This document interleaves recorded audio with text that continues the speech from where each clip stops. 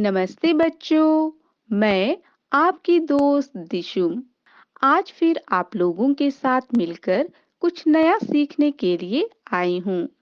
कल हमने पौधों द्वारा विषम पोषण का कारण एवं कीट भक्षी पौधों में मक्खा जाली पादप के बारे में समझा।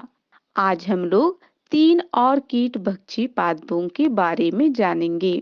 पिक्चर प्लांट, इसे इसकी आकृति के कारण घटपर्णी पादप भी कहते हैं।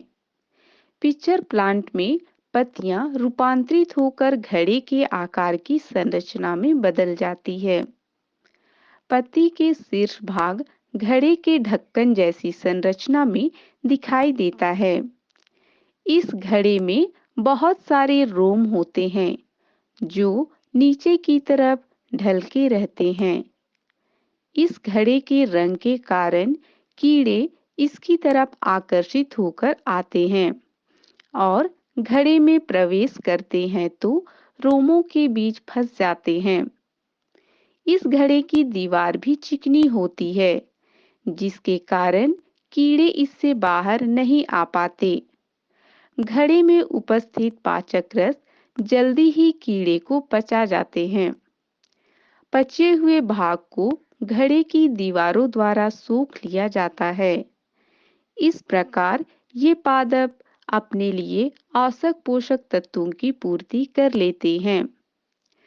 डायोनिया, इसमें कीट पतंगों को पकड़ने के लिए पत्तियां एक शिकंजे जैसी संरचना में बदल जाती है। कीट भक्षी पौधों में इसे काफी खतरनाक माना जाता है और कोई भी कीट एक बार इसमें फंस जाने के बाद नहीं बच पाता है। इसके पत्ते कीटों का शिकार करने में इसकी मदद करते हैं। पत्तों पर लगे बाल इतने संवेदनशील होते हैं कि कोई छोटा सा चींटी जैसा जीव भी इनके संपर्क में आता है ये अपना काम शुरू कर देते हैं। कीट के पत्ती में बैठने पर इसकी पत्तियां भी बंद होने लग जाती है और कीट उसमें अंदर फंस जाता है और धीरे धीरे मर जाता है।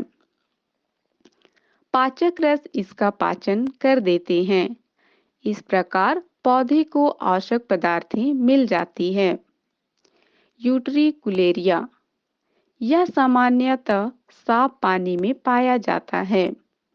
इसकी कुछ प्रजातियां पहाड़ी सतह वाले स्थानों पर भी मिल जाती है। बरसात के दिनों में यह काफी तेजी से बढ़ते हुए दिखाई देते हैं।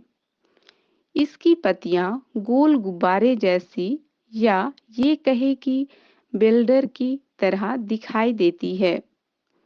इसलिए इस पादप को ब्लेडर वर्ट भी कहते हैं। जैसे ही कोई कीट इसके नजदीक आता है इसमें उपस्थित रेशे उसे पकड़ लेते हैं। पत्तियों में निकलने वाले पाचक रस फंसे हुए कीट को मारने में मदद कर उसे पचा लेते हैं। इस प्रकार यह पौधा कीट पतंगों का शिकार करता है। हमने विषम पोषी पोषण में आज तीन मांसाहारी पादपों के बारे में समझा। अब सहजीवी संबंध के बारे में समझते हैं। कुछ जीव एक दूसरे के साथ रहते हैं और अपना आवास एवं पोषक तत्व एक दूसरे के साथ बांटते हैं। इसे सहजीवी संबंध कहते हैं। सहजीवी संबंध के बारे में हम एक उदाहरण से समझने का प्रयास करते हैं। हम जानते हैं कि पौधे वातावरणीय नाइट्रोजन का सीधा उपयोग नहीं कर पाते हैं। पौधे नाइट्रोजन को घुली हुई अवस्था में ही अवशोषित कर सकते हैं। राइजोबियम नाम के कीटाणु वायुमंडलीय नाइट्रोजन को विलीय पदार्थों में परिवर्तन कर देते हैं। ये चना, मूंग, मटर, सेम व अन्य फलीदार पौधों की जड़ों में पाए जाते हैं तथा उन पौधों को नाइट्रोजन की आपूर्ति करते हैं। बदले में ये पादप राइजोबियम को आवास एवं खाद्य प्रदान करते हैं। इस प्रकार के संबंध को सहजीवी संबंध कहते हैं। आज हमने 3 मांसाहारी पादपों व सहजीवी संबंध के बारे में समझा। आज के लिए बस इतना ही। कल हम फिर मिलेंगे और मिलकर कुछ नया सीखने का प्रयास करेंगे। तब तक के लिए बाय बाय दोस्तों।